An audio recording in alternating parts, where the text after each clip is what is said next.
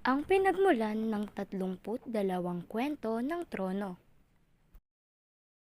Noong unang panahon, may isang lugar na tinatawag na Bharat, na ngayoy kilala bilang bansa ng India. May isang binata ang naninirahan kasama ang kanyang matandang ina. Sila'y kabilang sa mataas na uring panlipunan na tinatawag na Brahman. Subalit, sila na may napakadukha. Tanging maliit na dampa lamang at kapirasong lupang tinatanan nila ng gulay ang kanilang pag-aari.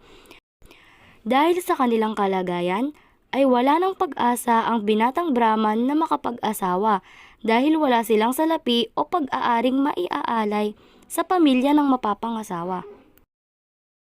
Dapat siguro manghiram o mangutang ka muna sa ating mga kamag-anak at kaibigan. Ang payo ng ina sa kanyang anak. Noong kumikita ka pa'y napakarami mo rin namang taong natutulungan. Dugtong pa niya. Nahihiyaman ay nakumbinsi naman ng ina ang binatang Brahman na humingi ng tulong sa kanilang mga kaibigan at kamag-anak. Gustong-gusto niya talagang makapag-asawa upang may makasama sila ng kanyang matandang ina sa kanilang munting dampa. Pagkalipas nga lang ng ilang linggo ay halos mapuno na ang dalawang banga ng ginto at salaping na iambag ng kanilang mga kaibigan at kamag-anak. At dahil dito, sa wakas, nakapagpakasal ang binatang Brahman. Siya ngayon may isang maganda at mapagmahal na asawang nagngangalang Mela. Ang kanyang ina naman ay masayang masaya dahil may malakas at masipag na manugang na siyang makakatulong sa mga gawaing mahirap na para sa isang matandang katulad niya, tulad ng pagkuha ng panggatong sa gubat at pagluluto ng pagkain ng pamilya. Sa tuwing umaalis ang kanyang manugang para mangahoy, ay laging nagpapaalala sa kanya ang matandang babae. Mag-iingat ka sa espiritu, anak. Itali mong maigi ang iyong buhok dahil iyan ang hahatakin ng espiritu upang makuha ka. Ang lagi niyang paalala. Huwag po kayong mag-alala, inang. Lagi ko pong itinatali ang aking buhok. Sagot naman ni Mela sa kanyang biyanan. Maingat nga niyang itinali ang kanyang buhok sapagkat alam niyang sa dinadaanan niyang mga puno ay may nakatirang tsaktuni, isang espiritu ng may bahay na walang ibang hangad kundi magpanggap bilang asawa. Ito ang nais ng mga espiritu, ang muling maging bahagi ng isang pamilya at magpanggap bilang tao. Subalit, hindi nila maiisahan si Mela dahil hindi lang siya maganda, maayos din siya sa katawan at higit sa lahat ay matalino. Ang akala niya'y masisiyahan na ang kanyang asawa sa kung anong meron sila. Subalit, nagkamali siya. Ngayong ubos na ang ginto at salapi sa kanilang banga, ay gustong umalis muli ng lalaki at makipagsapalaran upang magkaroon pa ng mas maraming kayamanan. Asawa ko, bakit kailangan mo pang umalis? Masaya ako kahit mahirap ang ating buhay. Basta't magkakasama tayo. Ang lumuluhang pakiusap ni Mela sa asawa. Kailangan kong umalis, Mela. Tignan mo nga ang buhay natin, napakahirap. Gusto kong magkaroon ng malaking bahay at maraming salapi. Sabi ng lalaki. Hindi na nga napigil ni Mela ang kanyang asawang dali-daling umalis para magtrabaho sa lungsod. Ang hindi alam ng mag-asawa ay isang espiritu pala ang nakikinig sa punong pipal na nasa tabi ng kanilang bahay. Naulinagan niya ang usapan ng dalawa. Napangiti ang espiritu. Wakas, magkakaroon na rin ako ng pamilya. Ang nakangising sabi niya sa sarili. Sige, iwan mo ang asawa at ina mo para sa akin na sila. Malungkot na malungkot si Mela at ang kanyang biyanan sa pag-alis ng Brahman. Magkatabi silang lumuluha nang may biglang kumatok. Halos mapalundag sa tuwa ang dalawang babae. nang makita nilang bumalik agad ang Brahman. Hindi na ako tumuloy. Hindi ko pala kayo kayang iwan. Ang masayang sabi nito sabay yakap sa dalawang babaeng naiiyak sa tuwa dahil sa pagbabalik ng inaakala nilang Brahman na walang iba kundi ang espiritu pala sa punong pipal. Wala naman silang napansing kakatwa sa lalaking bumalik sa kanilang bahay, kaya't ang buong akala nila ang Brahman nga ito. Kasama nilang namuhay ang impostor na Brahman sa loob ng 1 taon. Samantala, ang tunay na Brahman ay nagtatrabaho sa lungsod. Naging labis siyang abala sa kanyang mga gawain at layuning makapag-ipon ng pera tulad ng pangako niya sa kanyang ina at asawa. Kaya't ni hindi siya nakadalaw o nakasulat man lang. Subalit, pagkaraan ng 1 taon ay hindi na niya matiis ang pananabik na makita na siya sa kanilang nayon. Nagmamadali siyang umuwi sa dampa puno ng pananabik. Tiyak na magiging napakasaya ni Inang at ni Mela kapag nakita nila akong muli at ipakikita ko sa kanila ang aking mga pasalubong. Masayang masaya ang Brahman nang pumasok sa pinto ng dampa. Nabigla siya nang madatnang kumakain ng tanghalian ang kanyang ina at asawa kasama ang lalaking kamukhang kamukha niya. Biglang tumayo ang lalaki at intinulak ang totoong Brahman palabas ng pinto. Umalis ka rito.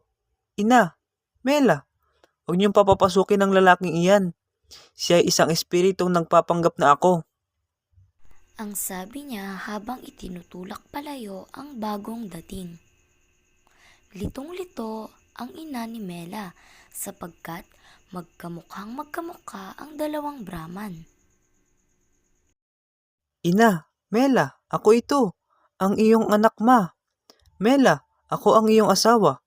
Huwag kayong maniwala sa espiritong iyan. Ang sigaw ng tunay na Brahman, subalit nakasara na ang kanilang pinto. Anumang pakiusap niya ay hindi siya pinagbubuksan ng ina at asawa. Hindi malaman ng totoong Brahman kung ano ang gagawin. Ito ba ang naging bunga ng aking paglayo? Nagkaroon nga ako ng salapi at kayamanan subalit nawala naman sa akin ang pinakamahalagang tao sa buhay ko. Ang nawawalan ng pag-asa at buong pagsisising bulong niya sa sarili. Wakas, naipasya niyang humingi ng tulong sa rahang namumuno sa bansa. Matyagang nakinig ang raha sa kanyang istorya at pagkaraan ay nag-utos iyon na paharapin sa kanya ang dalawang binata. Tinitigan niya ang una at pagkatapos ang ikalawa. Magkamukhang magkamukha sila. Tinanong niya sila ng mga tanong na maaaring makapagpatunay kung sino ang tunay at kung sino ang impostor. Ngunit pareho silang alam na alam ang mga tamang sagot, kaya hindi rin mapagpasyahan ng raha kung sino sa dalawa ang tunay na Brahman. Araw-araw ay pumupunta ang tunay na Brahman sa korte ng raha, ngunit hindi niya makumbinsi ang raha ng isang nagpapanggap na espiritu ang dahilan ng pagkawala ng mahal niya sa buhay. Isang araw, habang malungkot siyang naglalakad pabalik mula sa korte ng raha, nadaanan niya ang isang grupo ng mga batang lalaking naglalaro sa bukid. Isa sa mga bata ang patakbong lumapit sa binatang Brahman. Bakit ka malungkot? Tanong niya. Wala na akong ina at asawa. Naagaw na sila ng isang impostor na espiritu. Iyak ng Brahman. Ay, napakalungkot ng buhay ko. Lumapit ka sa aming raha. Sabi ng bata. Lumapit ka at sabihin mo sa kanya ang iyong mga problema at baka matulungan ka niya. Pero kagagaling ko lang sa Raha. Maging siya ay hindi naniniwalang ako ang tunay na Brahman. Hindi, hindi ang Raang iyon. Lumapit ka sa aming Raha. Himok ng bata. Sino ang inyong Raha? Tiyak na walang ibang Raha sa bayang ito. Basta, sumama ka at tignan mo. Ang bata ay hindi na naghintay ng sagot. Hinila niya ang kamay ng Brahman at dinala sa lugar na may iba pang mga batang naglalaro. Isang batang mukhang matalino ang nakaupo sa kanilang gitna at nakaharap sa nagbunton ng lupa. Ang batang nagdala sa Brahman ay yumukod ng matbaba at nagsalita. Inyong kamahalan, ang lalaking ito ay may mahiwagang pangyayaring sasabihin at hihingi sa inyo ng payo. Sabihin mo yung kwento, lalaki, at makikinig kami.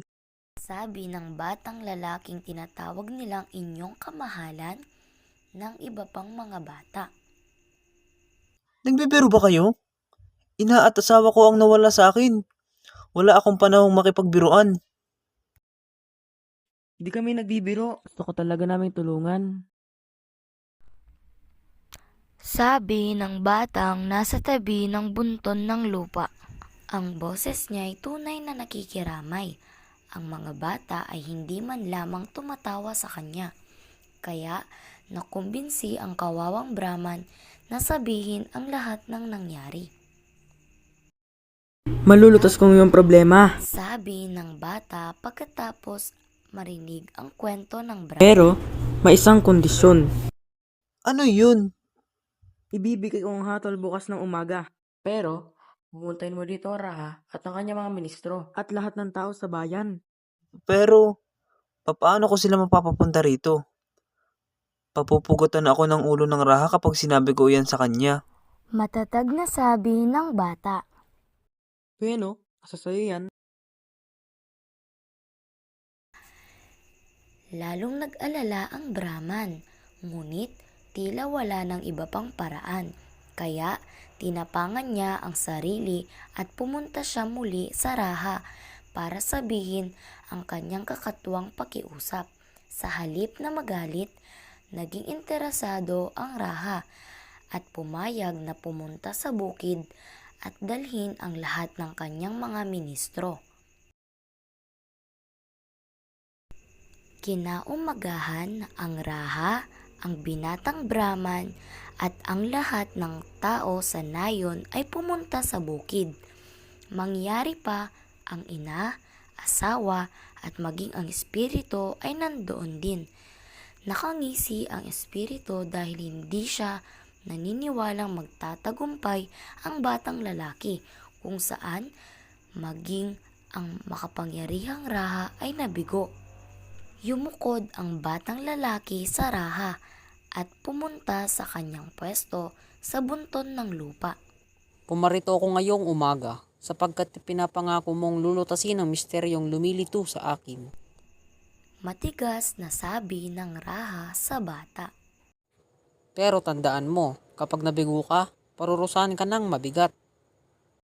Opo, inyong kamahalan. Formal na sagot ng bata. Pigil ng mga tao ang kanilang paghinga.